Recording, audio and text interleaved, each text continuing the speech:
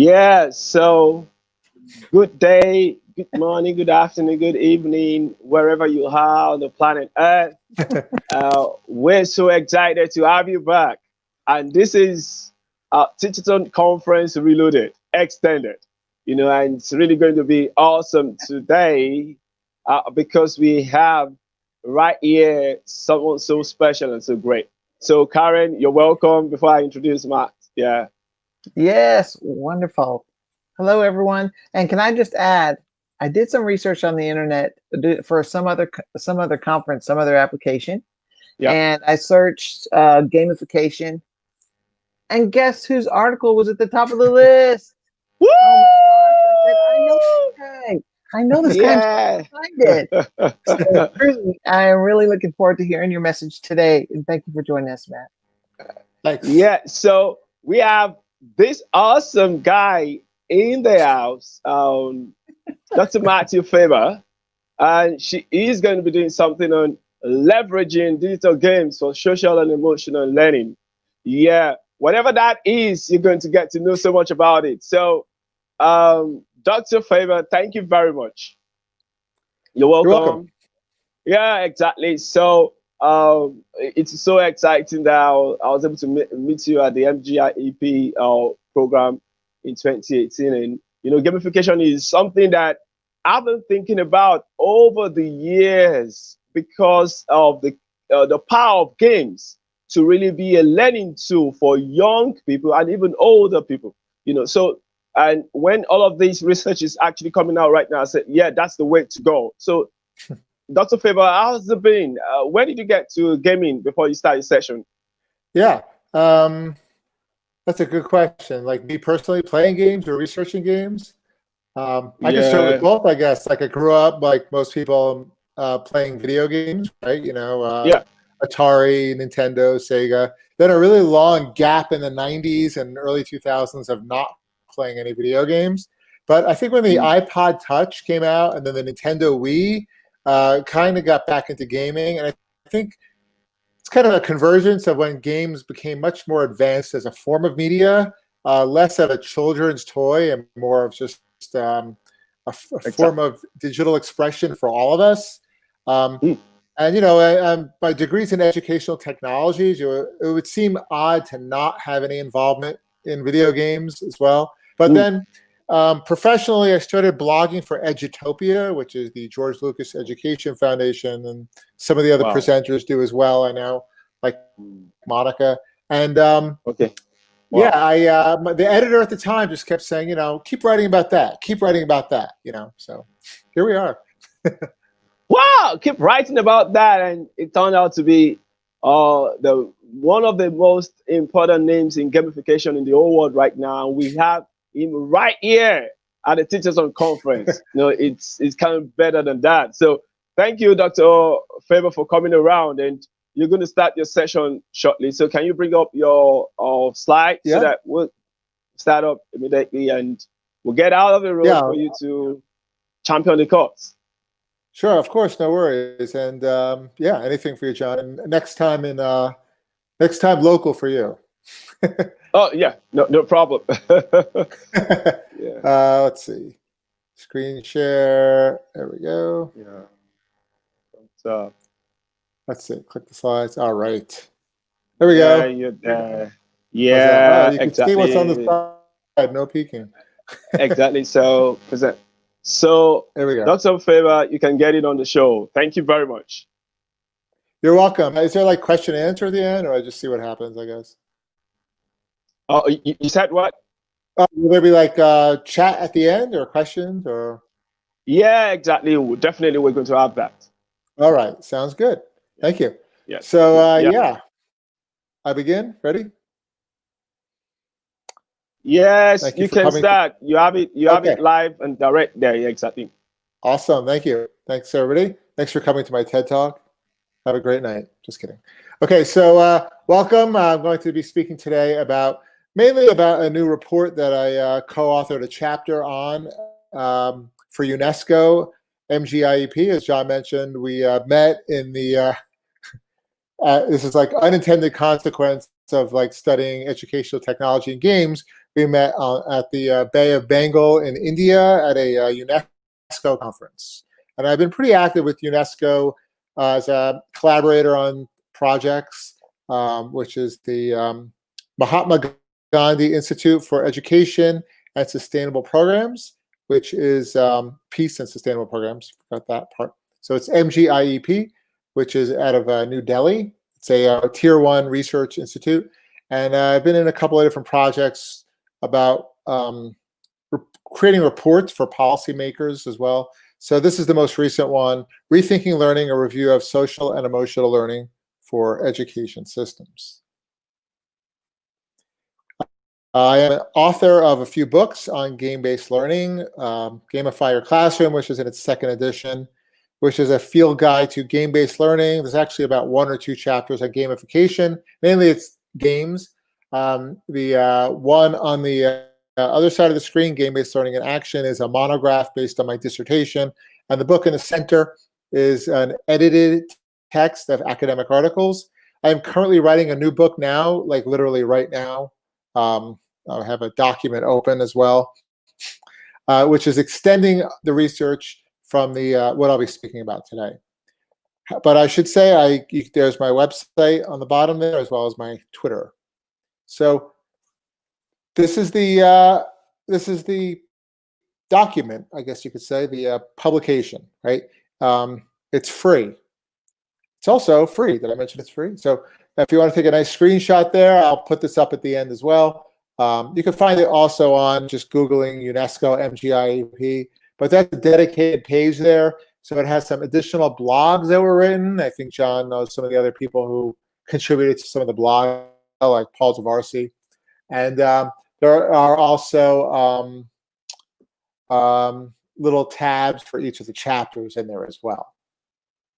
The report was written in collaboration by folks at Castle, through other professors that are associated in the field of social emotional learning.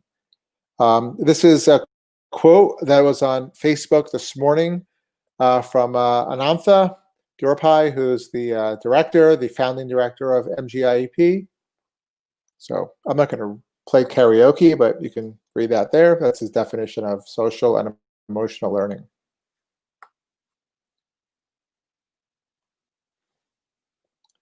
All right, so this is a video game that I wrote about for my book.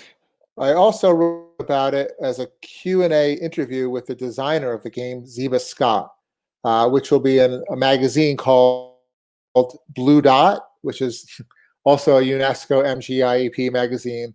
I'm one of a few different guest editors for this upcoming issue, which will be out this fall. So this is a game called Kind Words, and it's about sending letters to real people. This is an example of a letter. This is the game. This is a video game. Okay. It is a, we'll play it for a little bit. This came out 1 year ago. You are in a room. That's a character there, like in a floating bedroom. And you write and send letters to real, actual human beings, not bots, real people. This is from a few days ago on Twitter. Ziva shared this out. 2.5 million messages have been sent.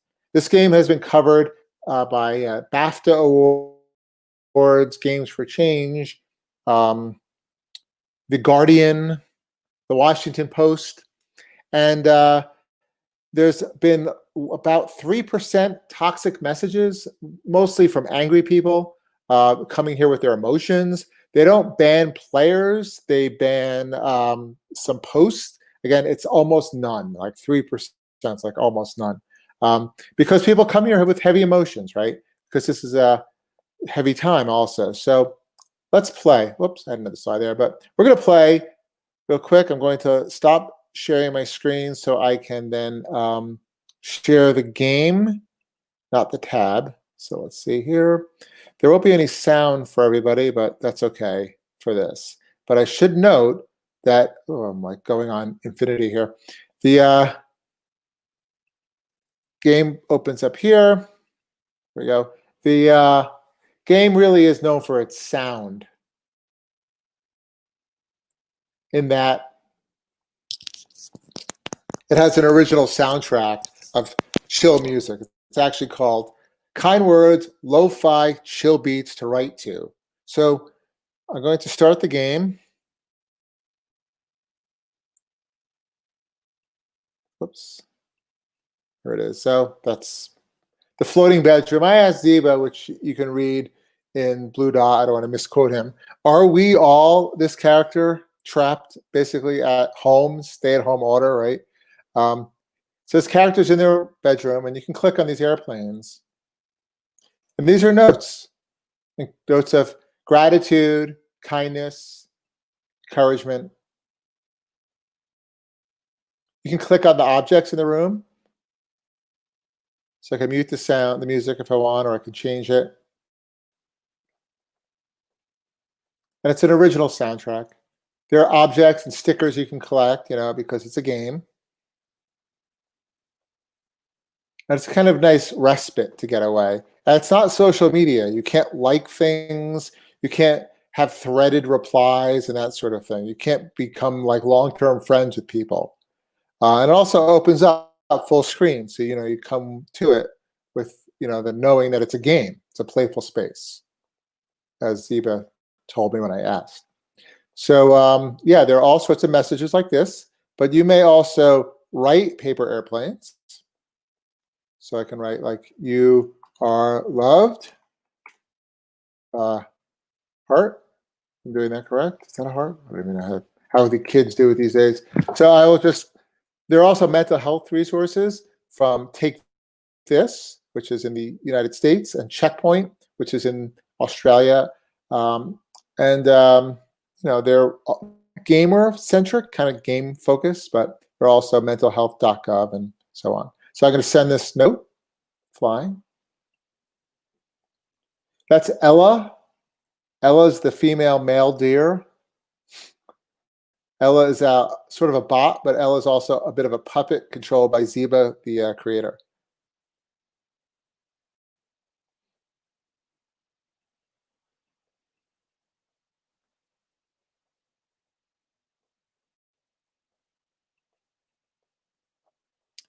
And then finally, there are requests. So you can view requests. Okay, so this is like, a tough request here, right? People coming with language. This is one here. These are just anybody. And you can respond to requests. This is a very heavy game, as you can see. There are clinicians that play this game. There are high school teachers that play this game with students. And it's a way of also teaching how to validate feelings, offer options, to extend empathy to others. And you could also make a request. And when you make a request, you are also guided through mental health resources. So I'm going to leave the game right now, and I'm going to stop sharing. And I'm going to return to my slides.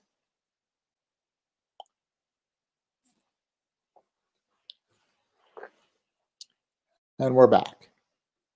So my point is, there are a lot of games out there. There are games that are, sometimes when people say to me, I haven't played video games forever, but I used to play Super Mario Brothers, or I want to make my classroom like that with level ups and power ups. Well, okay, but that's one type of video game. That's like saying all movies are the Avengers.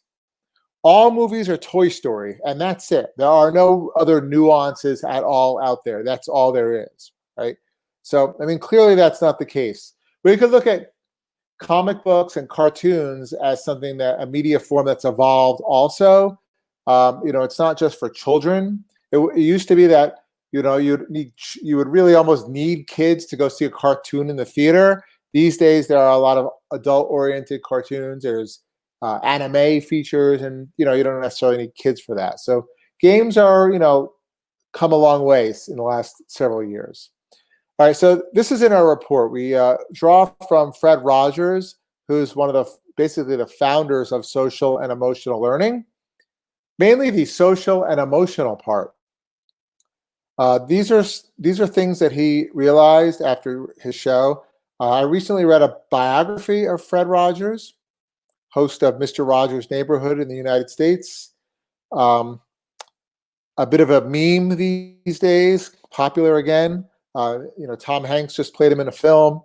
But these are the principles of learning readiness. This is what you need to have in place before you're even able to be ready to learn. Rogers championed these ideas of feelings should be mentionable, and then they are therefore manageable. Feelings should be mentionable, and then they can be manageable.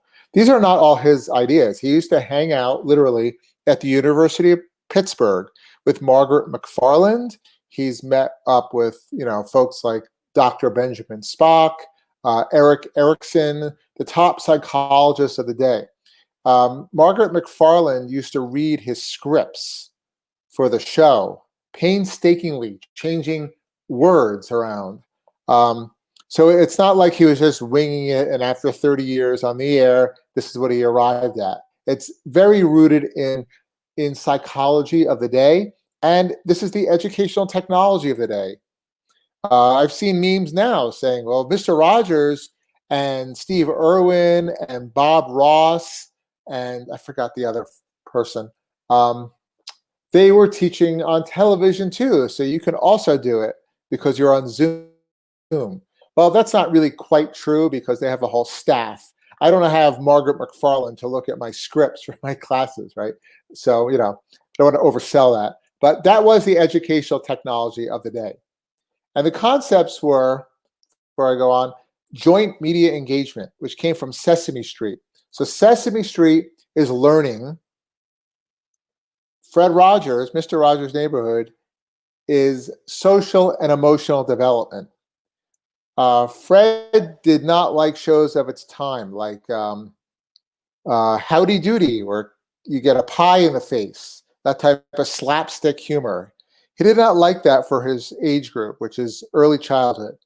There was some of that on Sesame Street because the Muppets can be violent, right? Not like a bloody violent, but they kind of did blow each other up, right?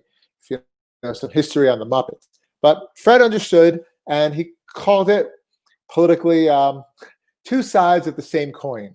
So one side is social and emotional. The other side is learning or cognitive learning. They do need to be both together. So if you watch Sesame Street now, there's a good 20 minutes devoted to Elmo's world, and Elmo's world is a slower pace.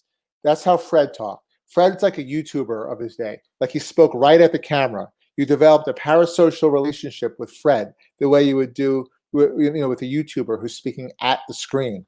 He had a slow pace of speaking, and that people say to me, like, how would that work today? Well, my son's 9, and he knows all about Bob Ross, the joy of painting. And Bob Ross was not exactly a fast talker, painting those happy little trees, right?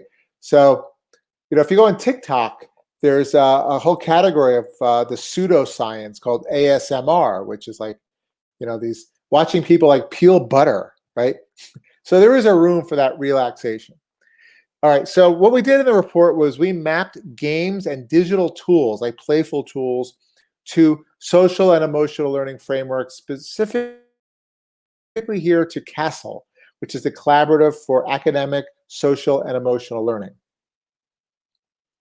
There are different quadrants here. It's not a perfect framework.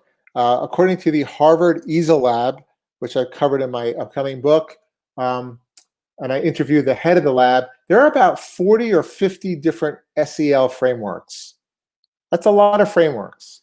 There are different states in the US and some countries. I think, I don't want to just say names, but there are some countries, and I believe UNICEF also perhaps has one. So there are tons of different frameworks for SEL, and it actually gets difficult when we talk about assessing social emotional learning because there are a lot of frameworks.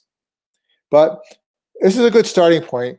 The issue some people have pointed out with CASEL is that it can seem with the academic piece that it's promoting this idea of compliance, that we are do these things so you can sit still and take tests. But I think that's a bit of an oversimplification of why we should have social emotional learning. You know, most teachers I speak to are very like altruistic about their reasons why. And speaking of altruism, there is very little room in this framework afforded for pro-sociality, like, you know, doing good. So there's empathy, but there's no compassion or kindness in this framework. So it's not perfect. But I would recommend going to Greater Good Education, which is somewhat affiliated with UC Berkeley, and they have a lot of really good resources for extending CASTLE outward. And Vicky from Greater Good, she was one of the reviewers of our report. So there is science behind this. So last year at the conference, the MGIEP conference, Richie Davidson, who is a pretty well-known professor in the University of Wisconsin-Madison, he was one of the keynotes, and he shared some research. One was Crystals of Cador, and one was Tenacity. Tenacity is a mindfulness game where you tap on a screen while you're doing controlled breathing. And the other one here is called Crystals of Cador. It's a real video game, but you can't play it. It's like for research and science purposes. It's not for commercial purposes. It was funded by a couple of different grants. And in the game, this one, you are on a planet and you come across the local inhabitants of the planet, and you can only communicate with them through interpreting their facial gestures. And they looked at this game, and they looked at a control group game called Bastion, and it kind of looks like the bottom corner there, like that's how Bastion sort of looks. And they found that brains of adolescents, very specific age, were rewiring from playing the game. And this is an empathy training game when you're using, particularly in this case, cognitive empathy, which is related to affective empathy, and then that they're intertwined, but they're not really separatable. Like affective empathy is feeling how someone else feels. Cognitive empathy is when you take a step back and you project or mentalize or imagine it how somebody else feels, which is what you would be doing here. So UNESCO has a framework of their own, MGIEP that is. And what they have is their Emc Squared Framework, which I like. Really, this is kind of what centers some of my work lately. So we have critical empathy inquiry, like what do you do with this information? But it really centers on ideas of compassion, empathy, and mindfulness. These are cognitive skills. These are also, this comes from neural research, comes from fMRI research. It's not just, there's an article that calls it Mick mindfulness. Like all the apps are like, I have an Apple Watch and it'll nudge me to breathe. This notion of Mick mindfulness and high quality mindfulness. Richie Davidson's lab has an app called Healthy Minds, and that's undergirded by research, right? So that's different. That's something that's good. All right, so now I'm going to transition to games. Games are not educational technology. If you are home with me, please say this out loud. Let's pretend we are at like a religious service. Ready? Games are not educational technology. My degree, I have a master's degree and I have a doctorate in educational technology. Games are not educational technology because when we call games educational technology, what we are doing is we are weaponizing or instrumentalizing somebody's art. You are taking somebody's art and you are turning it into an instrument. The mantra of ISTE and of other educational technology organizations is that educational technology is a tool to drive learning. PowerPoint is a tool. Google Slides is a tool. What you should be teaching is presentation skills, which are supported by PowerPoint or by Google Slides. Makes sense. That's educational technology in a short version. Games are forms of media. If I take a documentary film that's persuasive, let's say, or not, and I stream it on an invisible technology, let's say I stream it on Netflix onto my television, is that technology? Is that documentary technology? Or is it entertainment? We're crossing the bounds when we talk about video games as experiences, not tools. They're invisible technologies. I go to conferences and people say, I'm not really good at technology. And then I ask them, do you have Netflix? How do you watch Netflix? Oh, well, I have it on my Chromecast or my Roku, which is plugged into my TV. And then I watch Netflix. That is technology. When you go to your car and you click your clicker, that's technology. Those are called invisible technologies. Too often we look at technology that's intrusive and think about how can this support learning. But video games are not educational technology, but some are. There's an issue here. This is an issue with gamification. Gamification, sorry, not sorry to be soapboxy on this presentation, but gamification, what it does, and companies do this too, is we take this graph here. This is the flow channel. So we do things, if it's too easy, we're bored. If it's too frustrating, we are confused or frustrated, we rage quit, we leave. It's too difficult, right? And people will look at this, and by people, I mean funders and educational technology companies, game companies, personalized learning environments, all that stuff, right? And what they do is they take this model and they take video games and say, hey, look, when Super Mario Brothers start, it's pretty easy. Then it gets harder and harder. And the very top of that arrow, that's when you fight Bowser. So video game level design, that's got to line up just like this. And you know what else does? The zone of proximal development from Vygotsky. So when we learn things, we need to be scaffolded, right? And we get more and more information, learning more and more as we go. But it's not that simple. If it were that simple, all these educational games would be fun to play, but they're not always fun to play. The flow channel is not 3 stars, 3 stars. You did it. You did it. Games don't require instant feedback. Some of the best games don't have instant feedback. Kind Words has no instant feedback, and it's a video game. Flow describes hiking and gardening. It describes downhill skiing. When I'm gardening, which I don't do, maybe I should say when I'm hiking, I don't get 3 stars, 3 stars. I don't need the hill to get more and more graded and more difficult to climb the more I'm hiking. That's not what flow literally always is. It can be, but not always.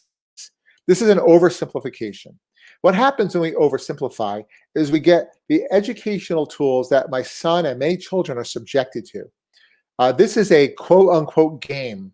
It is a game that takes that idea of designing around a learning goal first. Let's take the learning goal, let's call it math, and then we are going to design a balanced design. So the old video games like Math Blaster, you would have to solve a math problem to blow up the spaceship. Sounds funny, but my son plays Prodigy Math, does the same thing. It looks like a World of Warcraft type of game. And then when you cast a spell, you have to solve a math problem.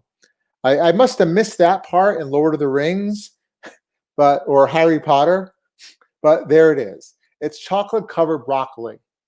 It's when the learning goal is misaligned with what the task is. Now, ST Math and MobyMax are a couple of companies that do it a little different.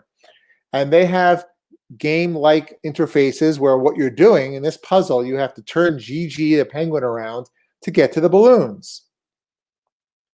But the issue is that games like this, quote-unquote games like this, are not really games. It's okay to use them. I'm not saying that my son doesn't like Prodigy Math or ST Math. I'm not saying learning outcomes won't go up or down, but they're not truly games. What they are elegant workbooks that give feedback. And they're quite handy these days I think this is better than assigning a list of math problems, because if you get it wrong, it will at least guide you through it, right? But to call it a game is really not correct, because games are designed around emotions first. Here's a quick game I'm going to play a video of. This is called Loneliness. And in this game, you're a dot.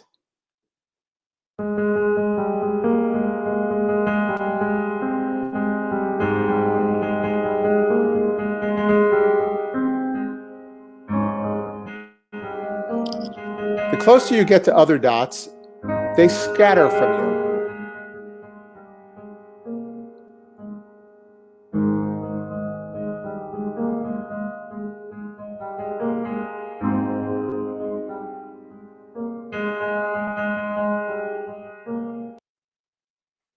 In this particular game, the mechanic is the message. What you're doing in the game will, in theory, make you feel lonely because the dots are scattering from you. But again, it is kind of an oversimplification. There is no magical combination to creating emotion. But again, going back to games like this one in the slide here, I don't know that anybody cares why Gigi the penguin has to go across the screen. What this game is created around is a learning goal. Video games in general and entertainment in general is not created around a learning goal. It is created around an experience. Say that with me. Video games, books, film, they're created around an experience. When we take these powerful tools and instrumentalize them for learning purposes, often what happens is we get an elegant workbook. Years ago, in the 1950s, there was an article in Life magazine asking kind of a call, like, how come all the good children's authors these days are not writing school books? And one of the readers of that article was Dr. Seuss.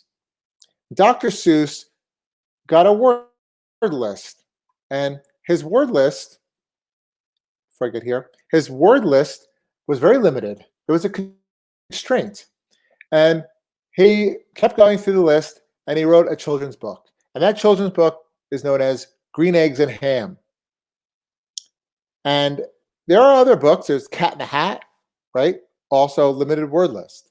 And Random House at the time created beginner books, basically for his books and books that are like his. He did not write under a ton of pseudonyms. Dr. Seuss, Seuss is his actual middle name. He took on the word doctor. It really goes on from when he was at Dartmouth College.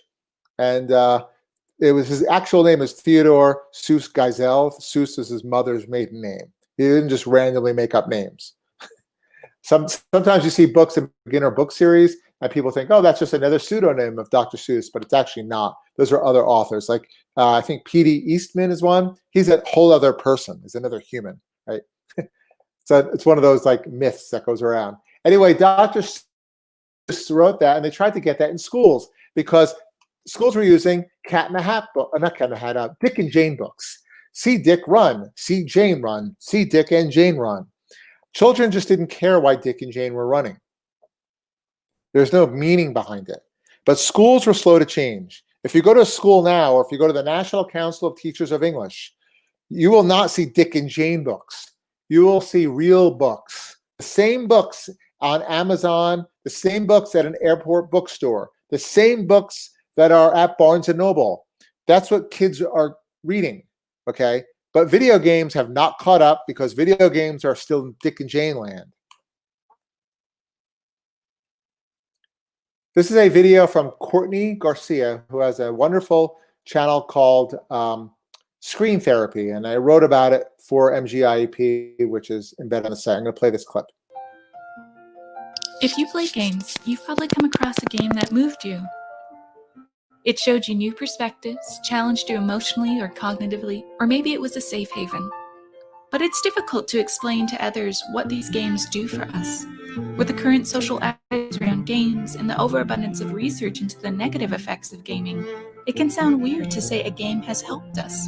This upcoming series of Let's Experience playthroughs will dive into emotionally intelligent games while providing commentary and analysis from the perspective of media psychology and well-being research. The goal of this series is to add to the conversation about the positive effects of gaming and help normalize the idea that games can be considered tools for boosting our self-knowledge, emotional resilience, and overall well-being. Thank you, and happy playing. Games are designed experiences. Games are design experiences. They are not designed around learning goals. They can be, of course, right? They can be instrumentalized. We can use things like STMath, MobyMax. We can gamify our classroom. That's fine, I guess, right? But I think we may need another word for it because those are transactional experiences. You do this thing and it will spit out that you learn this knowledge. That is a Skinner box or teaching machine, okay? And maybe they have their place, right? You know, I mean, these are big companies and, you know, these are difficult times as well, right? But video games, particularly commercial video games, like commercial books, are design experiences. A really bad film will lecture the audience, right? A really good film is visual and will tell a story.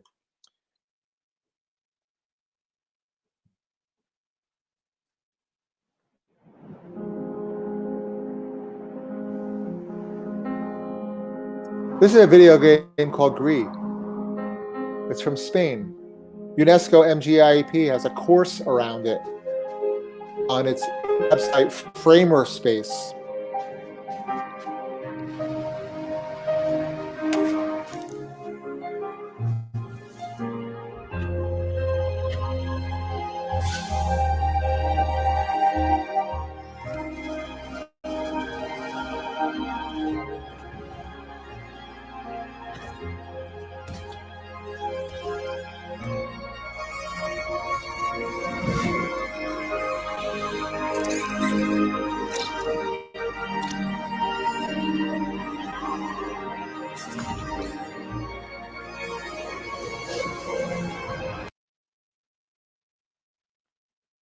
This game is like playing through a watercolor painting. It is also a game where the levels are mapped to stages of grief. Each color, the wind, that bird, all represent waves of emotion for the protagonist in the game who is recovering from grief and loss. She goes through all the stages, all the way through to acceptance. Sometimes the wind gets too powerful and she has to hunker down by pushing down, and you're like in this block. And that's what it's like when you're feeling waves of negative emotions, okay? This is what a video game is. This is what a video game is. If you've been to any Disney park and you've gone on the Haunted Mansion, that is what a good video game is. A good video game is a designed experience. A dark room, or a dark ride, I should say, like Haunted Mansion, is a video game. In my upcoming book, I speak to 3 different video game designers that have textbooks and won several awards as well. And they also served as Imagineers for Disney. The Omni Mover ride vehicle, which is what the Doom buggy is, that's kind of like gamification. It's not a car. You don't sit in this cart and go through the dark ride of the Haunted Mansion. It's a Doom buggy.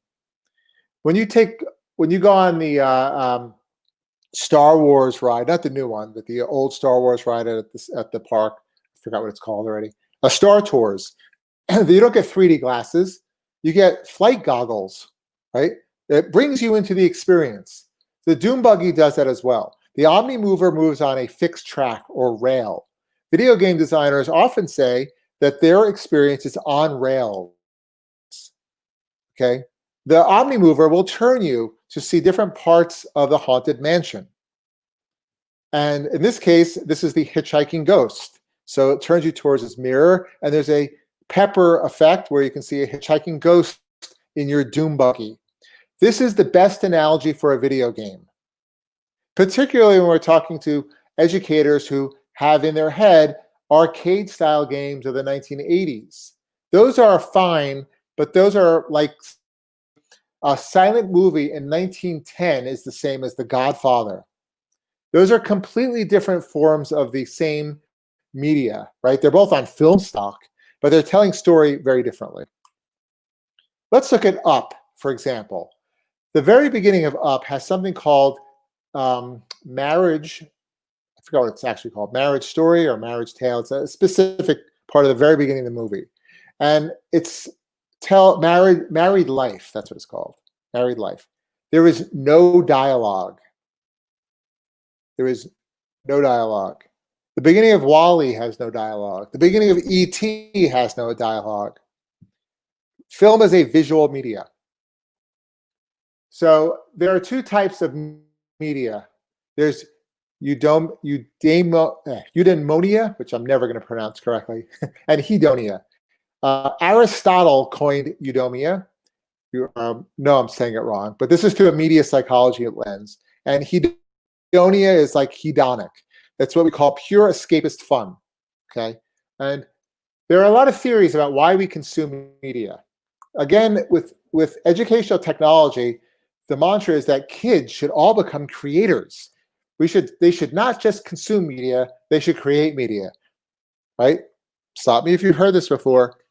Children should not just consume media, they should create media. Well, that's not always correct. It's higher order thinking if you're taking a 50-year-old model like Bloom's taxonomy, which ends in creation. We're creating media, creating and sharing, which is constructionist, and it's fine. But you don't always have to do that. We go to media, we watch movies. If you look on your Netflix recommended list, do you ever wonder why it recommends romantic comedies? You ever wonder why it's recommending to you gritty British police dramas? We turn to media for a regulation of our own mood and behavior. It's reparative. We listen to music for the same reason.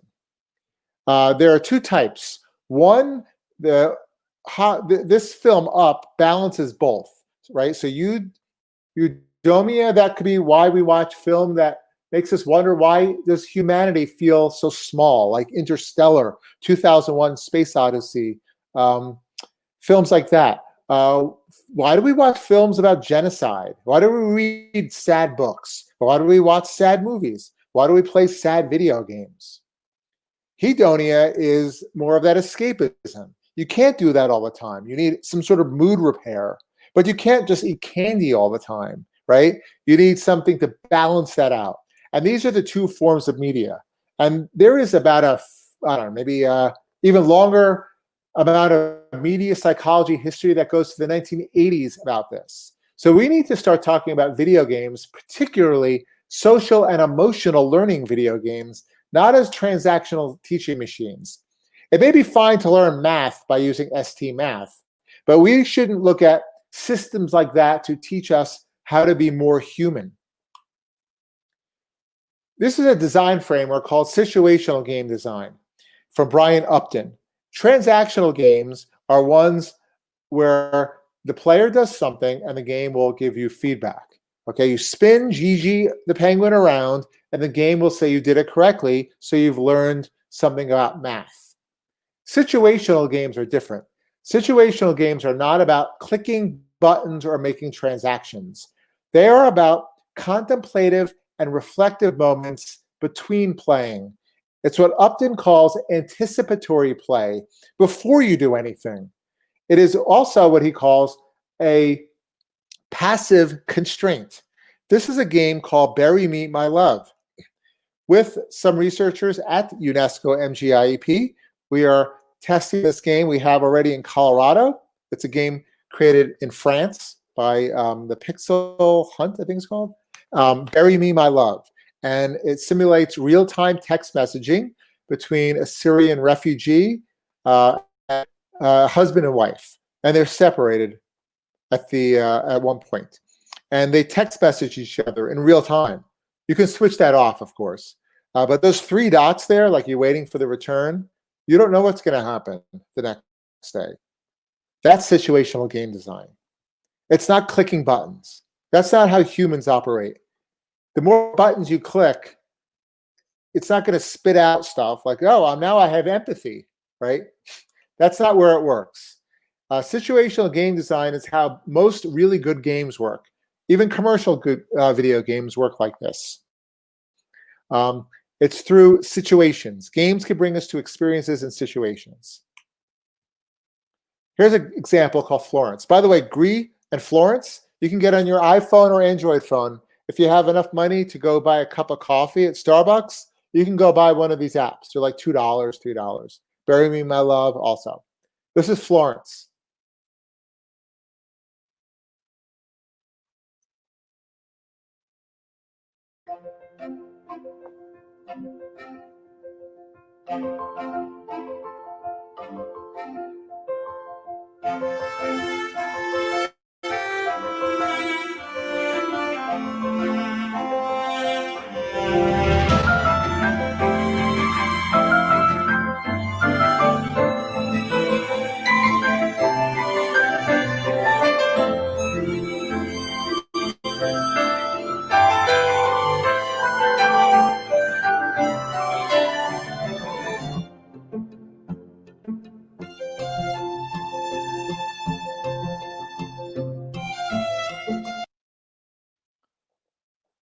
This is a screenshot from curriculum created on Framerspace, just like Bury Me, My Love, by UNESCO MGIEP. So they take this existing game, just like we would go to a bookstore and get an existing book, right? Like the Hunger Games, let's say, to teach students. We're not going to use Dick and Jane books. We're going to use real books, right? And this is about identity. Like, does Florence need Krish? Why? Like, what about her own identity as a person? Or is she relying too much on him? And the story is about falling in and out of love. And they're very mundane tasks, like you tap the screen for her to brush her teeth. I don't know what brushing your teeth has to do with falling in love, because it doesn't. But it's a situational game. So it creates a sense of intimacy. So you're tapping your screen while another character is also brushing their teeth, and you're sharing a sink. It's a moment of intimacy, right? So games are more than the sum of their parts. We can't instrumentalize them like they're tools. They're forms of media. This is a pretty complex map here, but this is what UNESCO did. They had an open session with students, and they had a participatory design session in India to create this curriculum around the game. Again, Framerspace is free. It's on framerspace.com, but you can find it on the UNESCO website. And these are all highlighted in our chapter on games and digital play for social emotional learning. I should mention my co-author, Susan Rivers. Dr. Susan Rivers used to work in the Yale Center for Emotional Intelligence with Mark Brackett, who's pretty well known now. He has a book called Permission to Feel. She is the executive director and chief scientist of I Thrive Games Foundation, which seeks to do exactly what I'm saying now: use games as drivers for social emotional experience, particularly youth game design and consuming media for reparative and mental health well-being reasons. We designed curriculum, Paul DeVarcy and myself, along with others, but we were the leads, I guess, that started this, called Museum of Me, where you take this video game, which I'll play a trailer of, called What Remains of Edith Finch.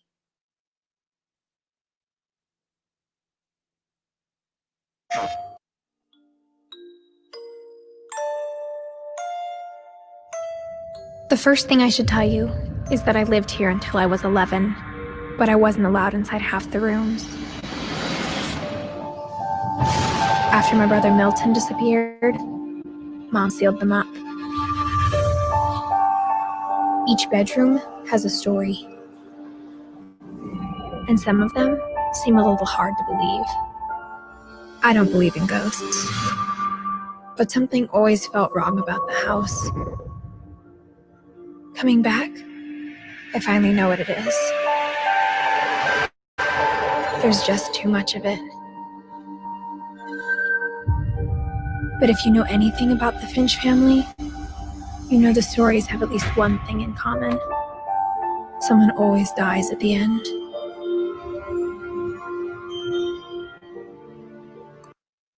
So in What Remains of Edith Finch, You play as Edith. She returns to her family's home, which is large, expansive, and abandoned. And you go through each house, each room of the house, I should say. And in each room is locked until you can get into it. There's little clues around the house. It's a bit of environmental storytelling. So the objects tell stories. And inside each room are objects about the person that lived there and died. Every character dies. You click on their journal by picking it up, and you become that person or part of their memory. And you relive the last moments of their lives. This is not like shooting zombies or playing in Call of Duty. This is a very mature game in its emotional resolution. Games have a unique emotional palette because you play them, you control them.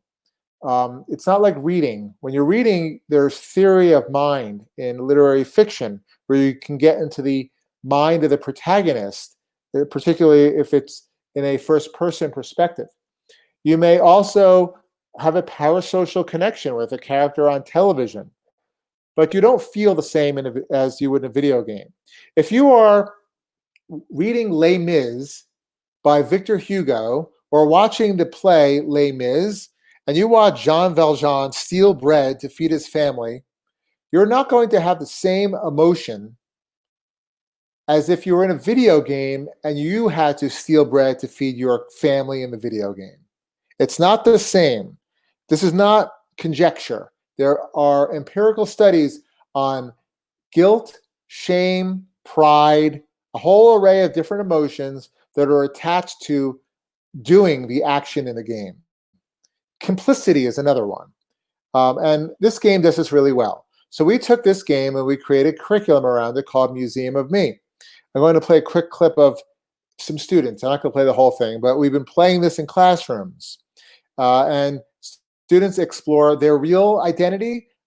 Youth identity formation is what it's called. So who you are at work is different than who you are at school, maybe different than who you are with your parents. May be different than who you are online. And how do you resolve all of those different yous? Your Instagram, your Finstagram, that's the fake Instagram that your parents don't see.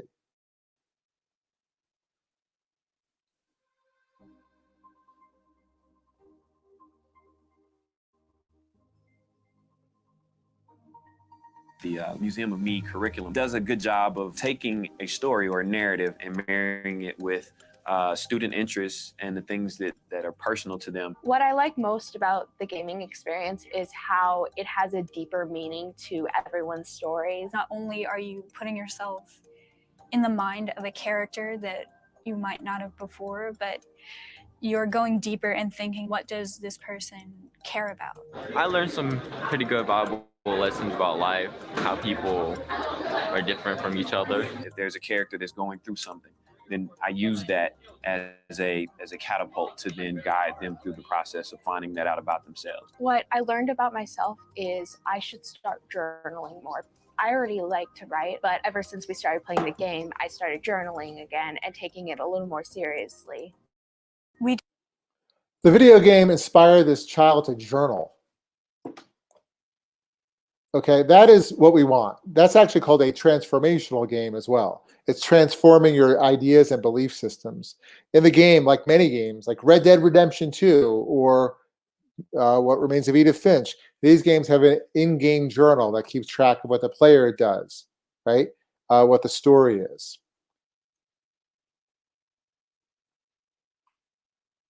So to conclude, this is also from our report, we need to present challenges and require players to learn, apply, and grow specific skills and knowledge to overcome them. And we see games as having the potential to facilitate that deeper learning and self-awareness. Also, we shouldn't play games in classrooms because kids love them. Kids love ice cream too. We don't eat ice cream for lunch, at least I hope not. Games make more money than any other form of media out there. They're increasingly eudaimonic as well as hedonic media. And we need to have children be digitally literate to understand how games are rhetorical, how they're called procedural rhetoric, is what Ian Bogost calls it, where we learn through through doing and actions, through procedures. And they tell story like essays do, like graphic novels do. We need to teach with them. So here's the report one last time. And thank you very much. Look for my new book, Gaming SEL, How Games Can Be Transformational to Social Emotional Learning, coming next year. And with that, I will stop screen sharing. And thank you so much. Wow. This is really, really awesome. Oh, Matt, Yes.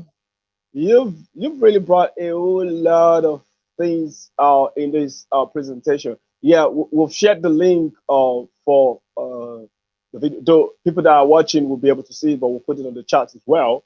Oh, perfect. Now, there's so much out there, and perhaps your research has actually gone deep into kind of like some misinformation about games, and kind of like bringing it out that, okay, now let's get it right. What is the purpose of learning, and why do you want to introduce games if it's actually not meeting your purpose? And that's the real challenge. And I appreciate the fact that you talked about games could be forms of deep learning, but if it's not, tuned to that order, it's not going to really deliver. Yeah. Yeah, I didn't mention this piece, but since you mentioned that, I should have. So thanks for jogging my head here. Oh, thanks so much. Yeah. Yeah, so a couple of awesome things I've observed doing my book research. One, Nintendo Switch, amazing. A Nintendo Switch is not an Xbox. It's warm and fuzzy. It's Mario, right?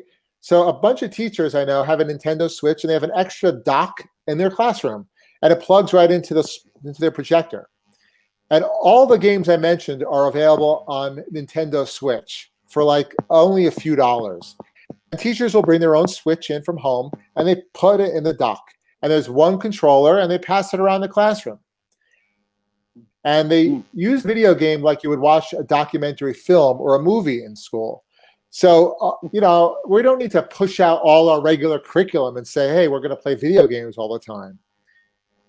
Teachers have time to show 10 minutes of a movie clip, play 10 minutes of a video game, right? You don't have to do it. Everybody should. I don't think actually everybody should be staring at a Chromebook all playing a video game to learn something. We should treat it more like a shared experience, or what was described to me as an impossible field trip. So we're going to take on this journey. There's a teacher in California. She takes a book about immigration, and she has students play another game called The Migrant Trail as a paired text. So they do both, right? You play a game and you watch a little bit of a film. You play, or you read a book and you watch a little bit of a film clip. Or you read a book and the next day you play a video game on the screen together for 10 minutes. So it doesn't have to be that disruptive, actually, but it's really meaningful. Yeah, and that's very, very important. Now, making meaning of it, it's kind of like, what you just explained is really the important thing, because now I see so many people thinking about, okay, yeah, we're going to play the game, and now what does it add to the learning perspective in class? And by the time you move out of even the learning objective, and kind of like what you were really mentioning, that game is a form of experience. Now you're creating experience now, and tagging it up with social emotional learning.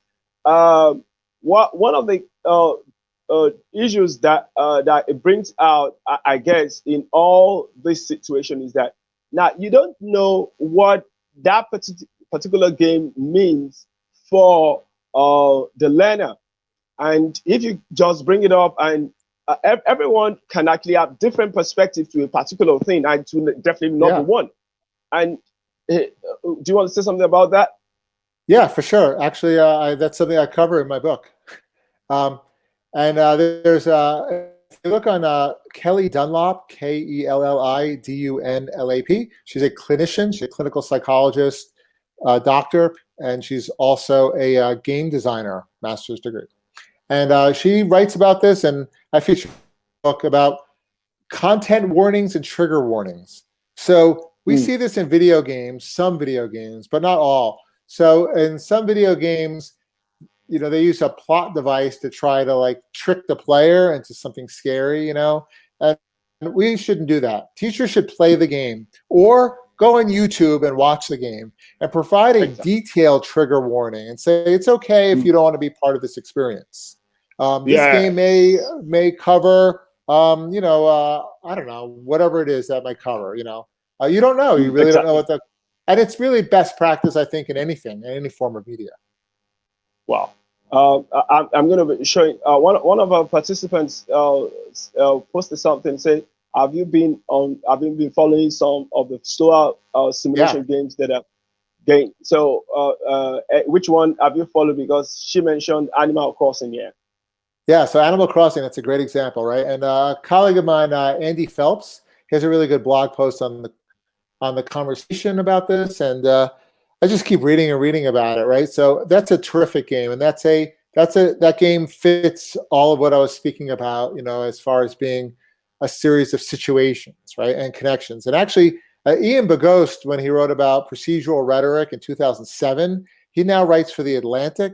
He's a professor at Georgia Tech, but he came back to Animal Crossing, and there are some implicit themes in there about Tom Nook and owing Tom Nook money and consumerism and capitalism.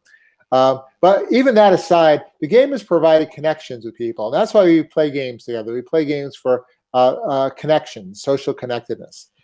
We play games. It's not like what games teach or how games work, but why do we play games? So eudaimonia and hedonia and self-determination theory, which is also what Desi and Ryan work in both. They have a chapter in a new book from 2018 about video games. So it's about competence. We want to feel like we're competent to do something. We want to feel like we have a sense of autonomy or agency, which games provide, and a sense of belongingness or social connectedness or relatedness, which Animal Crossing does really well, right? And that provides a need. And those three things together are self-determination theory. And self-determination theory, along with looking at media as reparative, mood repair, like eudaimotic and hedonic media, that's part of positive psychology, and that's part of what really drives what UNESCO has adopted as human flourishing. It makes us better. Yeah. This is an area that your research, I'm glad it's like an ongoing research that you're having, and the information coupled what UNESCO MGIP is really focusing on. It's really bringing up a whole lot of information that is actually needed right now. And the pandemic just did something. It just kind of like opened everything up. And now so many people, perhaps so many teachers are just going to be relying on the fact that, okay, we're online and they're going to be glued to their screens. Okay, so for me to make things kind of like less of myself, I'm going to bring in a whole lot of things, some videos and perhaps some games and all that. And that's where there needs to be a kind of like a caveat into how they tend to kind of like put some of these things on. So what would you say about, we're talking to educators and education stakeholders here right now. And what do you think could be how you kind of like balance it, that averagely in a school, perhaps a school would have like maybe 45 minutes of a period or something. Now, what could be the balance in using something like games as an educational object, as a learning object, or what should be, what do you consider a kind of a balance for that? I like that term, object rather than tool. And actually, Kind Words is in that category on this game platform Steam. I think it's called like a playable object or game-like object, something like that. So I used to be a middle school social studies teacher. So I would play games in the classroom like this. And it really depended on the game, but sometimes we would do a station rotation. So one station would be a game, Another station would be maybe a video-based activity. Another station might be maybe a mini lecture, and another station would be like I know you know Mitch Resnick's work in lifelong kindergarten, Yeah, right? yeah. Right, and that's actually, I didn't realize that at the time, but I was doing lifelong kindergarten. And I'm not a lone wolf in this. Other people do this as well. And what you're doing is, instead of make-believe dress-up area and Lego block area and Scratch Junior area, is you age it up. So there's just types of content, right? Yeah. So I mean, what if you put Animal Crossing in a class where you're teaching economics, right?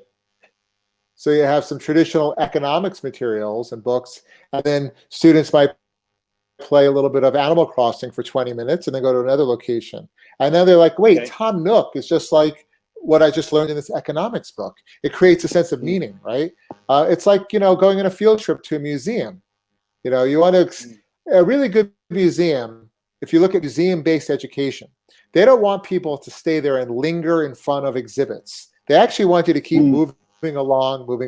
Yes. Right? Yeah. Right? So what they do is, on their website and in the gift shop, they sell things, or they have materials that help you extend the visit from before the visit and after the visit. So if we think of games like a museum visit, right, we extend those learnings before and afterwards.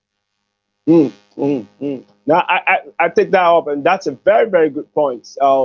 Games is a museum visit, so you don't actually stay there. You observe and you move, and it's really, really key to whatever is going. You should implement in the class, because now you have necessarily a class. You have a learning focus, like a learning outcome. So now this is going to be dropped as part of what you're considering to be effects for the learning outcome. So maybe there's going to be a question they're going to respond to after that, and then they kind of look through this. Okay, look through that, check it out. What's the difference? What do you consider that? Perhaps how can you use it further? And it's really, really important. And I think things like this needs to be part of the information that should be shared too, because for me, I think one of the reasons why we did the Teachers on Conference is that you know, so many people are in the middle of really nowhere, and they're kind of like figuring out so many things that they're actually not prepared for. So now, how do we get to do all of this all on ourselves? And the administrators don't really are not so much concerned about well, they can do some professional development right now, but how much can they imbibe right now? Because now it's kind of like you're designing something for production, not for test running. So they give them anything, and it's kind of like they are producing. So now, and if you're not really all right with whatever you're giving, you just have to produce anyway. You know, so and that's the situation. So things like this are very, very important. We'll like your session and every other session that we have, we're planning something that will kind of like rebroadcast it through several means later on after this week. So, and we'll get everybody to know about that, and it's kind of like starting up a conversation or igniting a conversation that perhaps that's been in different places, and then let's kind of like see an opportunity for it to be ongoing, because these are very, very important keys to actually transform the learning experience now that we are running so many things online. So Dr. Matthew Farber, we really, really appreciate you for coming around. You did a scholarly presentation, and you did a fantastic presentation in the sense that everybody was kind of like, woo, so I never knew that. So when we were bringing up some of the names like Sesame Street, like Nintendo game, and I'm like, oh, I wanted to put it on Twitter that who played Nintendo? If you played Nintendo game, perhaps okay, we'll put the names of those ones in the 90s and say, if you played it at that time, yeah, we know you are this kind of age. But you know, so that's interesting. And Sesame Street, you know, all those old stuff. So, but yeah, they are interesting things that actually bring forward so many information and so many understanding of what we Julia Waters saying wonderful talk. Thank you so much. You know, so and we know so many people are still going to watch these over, Twitter, Facebook, Right, YouTube again. I am. And we're going to be getting a whole lot of conversation going on. So thank you, Matt, for what Thank you're you. doing. We really, really appreciate this, and it's so awesome. Yeah. So before we go, let me just quickly say this. The Monica Bonds session is already on the link underneath, so you could actually join right now. Karen is handling that, and we had an awesome time a couple of hours ago doing the 24 hours round turn, and we still have some leftovers, so that we are going to allow this to go off without us presenting Matt and Monica, and we still have some other ones that we're trying to kind of like do the fixture right. So immediately we get it, we're going to push it across on all of our platforms. So if you're watching this, just look out for. Yeah, go ahead. I was going to say, Monica's great. I know her from conferences and through EdTech. Yeah. Yeah, exactly. Yeah, she's awesome. So our session is already going on right now. So we fixed it just like an hour after yours. So, and we still have some things from Nathan Lang of WeVideo. So look out for that fixture, and then we have something from the IEA on learning assessment. We're going to bring that up, and then look for the compilation. We're going to do some walk through the 24 hours. It's going to really be awesome. We had some really, really great presentations. It was just so, because I was at the backstage and I was just saying, wow. Before I could think of tweeting about something, another thing came up and all that. So thank you, Matt. You've added to the payload of gold mines that we already have right now for the Situational conference. So I would really appreciate that you came around. Thank you so much. So as we round off, so please look through those materials. That's why this is absolutely free, and share it across different platforms. People that are educators, education stakeholders, school administrators, even parents. Now, what Matt said is really, really important for even the parents that want to start to think of homeschooling and all the things like that. It's very, very important. Those are information that are needed for. I love something you talked about, Bloom taxonomy, that creation is on the top end of Bloom's taxonomy, not at the basics. So don't just get into your class and say, I want to make games. I want my students to be game creators. How would they get to do that immediately without really going through the process? So that's the situation. So thank you very much, Matt. I know you've got some other things to really attend to. So we'll be ending the broadcast right now. So thank you, and see you again very soon. Thank you. Take care. Bye-bye. Yeah, bye. Yeah.